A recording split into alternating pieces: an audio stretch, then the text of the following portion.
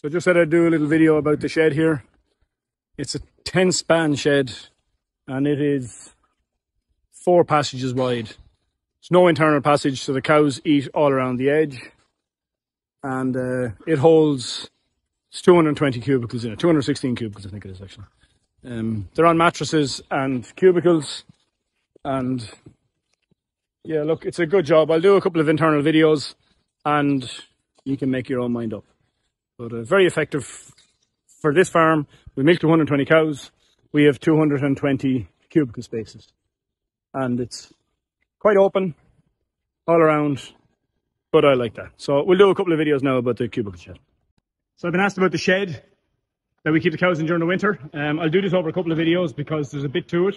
This shed we built in 4 years ago. We put the shed up, and for the first couple of years, the cows had the feed barrier on the outside, but there was no cubicles in. There was a feed passage all around the edge, no cubicles in, and we had peat. So we did that for 2 or 3 years and worked really well, but it's a 10-span shed and we could only have about 150 cows in it, 140, 150.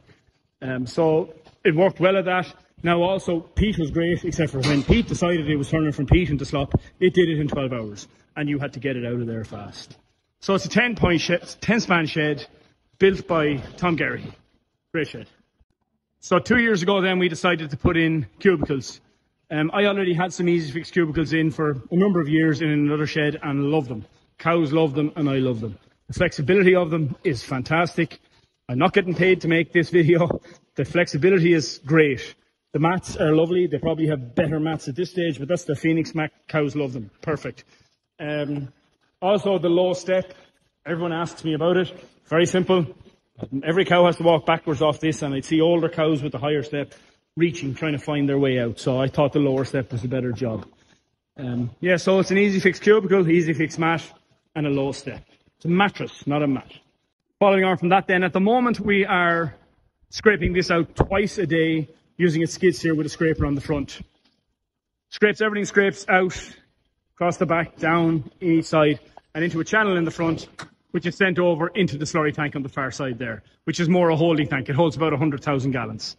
Look, it works well, but I would be looking at putting scrapers in, and personally, robotic would be the way I'd go. But at the moment, we're having issues with putting in a robotic scraper because of the size of the shed. By right, we should have a middle channel here, but we don't, and we're sitting on pure shale rock here. I'm not going digging, so it's still up in the air, but we're looking into it. Cow comfort is obviously to the fore. We can feed 170 cows. So this shed holds 220. It's 220 cubicles, 220 cows. And we can feed about 170 around the edge at any one time. Very rare you come in here that everything is full. It's also ideal for buffer feeding and that. But during the winter, maybe half of the barrier has cows at it and the other half doesn't. So it allows cows to be very comfortable. They have their own spaces. We can also lock up. We have locking barriers, Timor Engineering. We have locking barriers the whole way around. And we use this shed for scanning, for herd tests. We use it for everything. Very rare that the crush is used anymore. We use it for AI. Yeah, so it's multifunctional. A little bit more on cow comfort. Delaval put 2 brushes in here last year. And I swear to God, if there's a cow in this shed, those brushes are going. If the cows can get to them, the brushes are going. Be it, like, look at this. 2 of them literally scratching the side of their faces. They absolutely love them.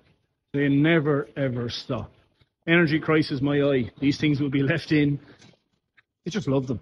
They're always, always going. There's 2 heifers now and just scratching away. They really, really enjoy it. And it's great for the cows. We've no problems with lice standing in this shed because of that. Well, that's part of the reason, I suppose, but yeah, just cow comfort. The brushes are absolutely fabulous. It's a big airy shed. A lot of people ask me, why didn't we shut it down, sheet it down on the sides or whatever. Look, as far as I can make out from reading in that, cows are more comfortable about -20 than they are at +20. So basically it's outdoor cubicles with a roof. The cows, there might be 3-4 days a year here that if gale blows in here and the place gets wet. That leaves 360 something days that the place is perfect.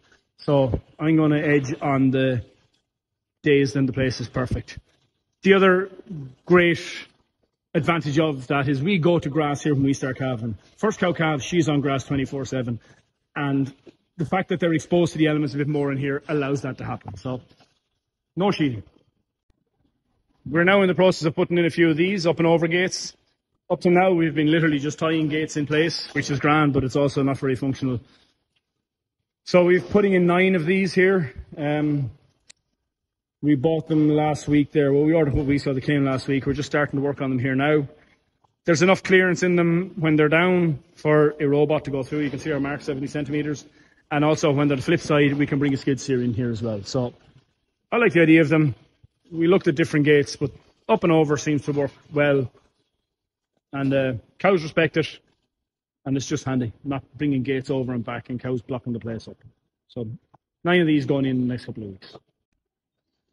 The actual maintenance of the shed over the winter. So as I said, we scrape it out twice a day with the skid steer. So one of the disadvantages of that is 2 people has to be here. One lad's milking and one lad's scraping it, because the cows all has to be out. And if half of the shed has dry cows in it and the other half is milkers, it means one side has to be scraped out and the cows have to be moved over and put back. So it's a bit of a dose. Hence the drive for scrapers before this winter. The second thing we do use is a Bobman.